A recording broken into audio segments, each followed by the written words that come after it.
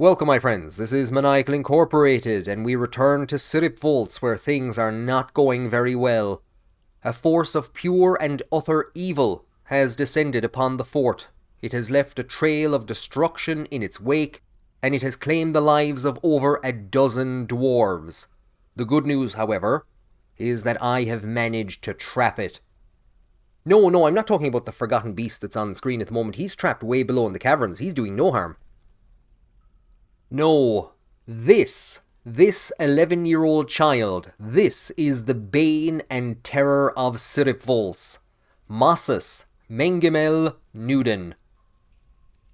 The way that names work in the game is that the dwarves will have effectively a first name, and then, would you call it a descriptor? It's not really a surname.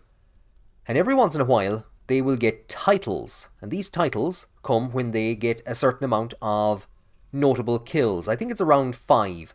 So we have an 11-year-old child with a title. Let's take a look at his military. 17 notable kills. I'm not too sure why this first cat is notable. And notable kills are named entities who appear in Legends mode. So, dwarves, pets, and creatures that have killed notable creatures. So we'll say a cave fish person, for example. If they kill a dwarf, they will become a notable creature. And Mossus has the highest number of notable kills in this fort, greater than any individual member of our militia. And we can see a couple of interesting names in here. Olin was a soap maker who Mossus killed when he was taken by a fell mood. He killed Olin, dragged his body to a tanner's rack, and made it into an animal trap called Ursus Gizik. And the other notable name here is Saxel Wheellearned. So who exactly was Saxel Wheellearned? Down into the Hall of Heroes we go. Here is a dolomite slab, which reads in memory of Saxel Colterel, born 42, suffocated, slain by the dwarf Mossus, Lash Thrust the Regal in the year 111, Duke of Lernlethers 105 to 111, lover of hatch covers. Boys, oh boys, did he love hatch covers. Now, something traumatic must have happened to this child to have set them upon this path of destruction and chaos, and indeed it did. At just 4 years of age, Mossus was caught in the rain. That explains a lot. He is in a constant state of internal rage after being caught in the rain in the year 104. And that's his villain origin story. As the rain struck his face, he cried and screamed, and swore revenge against all dwarven kind. We're also having some problems with the wearing of old clothing. We're having a lot of problems with the wearing of old clothing at the moment. I've had lots of problems with this in the past. You might have seen this in some of my streams and in some of the videos that I've made. Cloth getting stuck in bins, can't take it out of bins, can't use it. I'm making clothing, but the dwarves aren't wearing it. They are sometimes taking off their old clothing, throwing it on the ground, but not actually picking up any new clothing. So that's kind of becoming a bit of an issue at the moment. But now that Mossus has started to take out his ire on members of the nobility, he has become a severe threat to this fort. There are a couple of dwarves here that I am very committed to, especially Ushrir Attic Pages, our necromancer mayor. I would hate to see something happen to them. I would hate to see them meet Mossus in the hallway. And so I took the drastic action of bricking him up in a wall. And you'll see in the top right hand corner of this panel that we do not have the option to expel Mossus. You can't expel children from your fort because children are small and weak and they need to be protected even when they have killed 15 dwarves, 14 dwarves, a human, and a couple of animals. So what I want to know is, what would you do in this scenario? We've a number of different options. option 1, the easiest option, is to leave him here. He's hungry, he's dehydrated. We can leave him here in this dwarven daycare for the criminally insane. And when he dies, we can either take apart the walls and bury him, or simply put up a slab, in the same way that he has not left any of the body of Olin, and we had to put up a slab to him. We could just put up a slab to Mossus and leave his body in here. There are a couple of other options that we have, though. Now, like I was saying, we are having a bit of a problem with clothing in the fort at the moment, so please ignore the bloodstains, please ignore the dead bodies, and please ignore the cats. Lots of people have been saying that we have far too many cats in this fort. There is no such thing as too many cats. But I have gone and gelded every single animal in the fort. I'm trying to drop the llama population. I'm using them for parchment for books.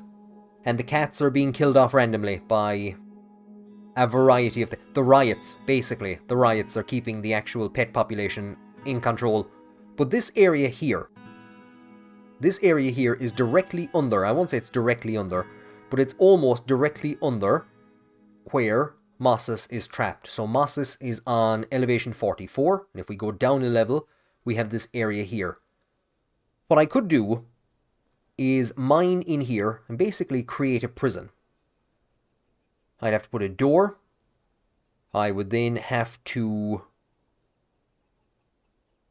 probably build another area here, an airlock with a door, have somebody go in through it to break down this wall, to put a door there instead. I'd have to create a myriad of airlocks so that we don't let him out, and I'd have to risk sending people in to try to carve out a hole here that would lead down. Probably I'd actually have to kind of extend down in this direction and probably carve out a hole here which would lead down. And if we come up a floor, we're actually almost under this bedroom. So we have this bedroom, down a floor we have very close to where Mossus is imprisoned, and down another floor we have this area here. So if I was to create a massive prison with tons of airlocks around here, I could give him access to this bedroom, I could give him access to this area here, and I could give him access to here. And we could... one of the easiest things that we could do is simply, we'll say this square here, so if we come up, knock this wall, channel out a hole, create it as a dumping zone, and we could dump food and drink down to him. And we could keep him alive for the next 7 years in this 2x1 prison of his own creation. And the other option we have is to let him go, because Mossus isn't the real criminal here. If anyone deserves to be bricked up in a wall for their crimes, it's probably me. Like I said, we've been having some problems with clothing of recent. I thought I had it sorted out, but it doesn't look like it, does it? And we've had a riot over the last while, which I think has killed about 22 dwarves. We've dropped from 201 to 179. A lot of very important people have been killed, including Zaneg, our engraver. I've no doubt that if we click around here a couple of times, I did not intend for this to happen, but there you go. Engraved is an exceptional Zaneg Einodigel rendition of the Furious Crafts. We've gotten up to a valuation of, I think, 1.6. And a lot of that is thanks to Zaneg, our legendary engraver. Well, Zaneg's dead as a result of these nude riots, so maybe I'm just trying to hide my guilt by blaming it on Mossus.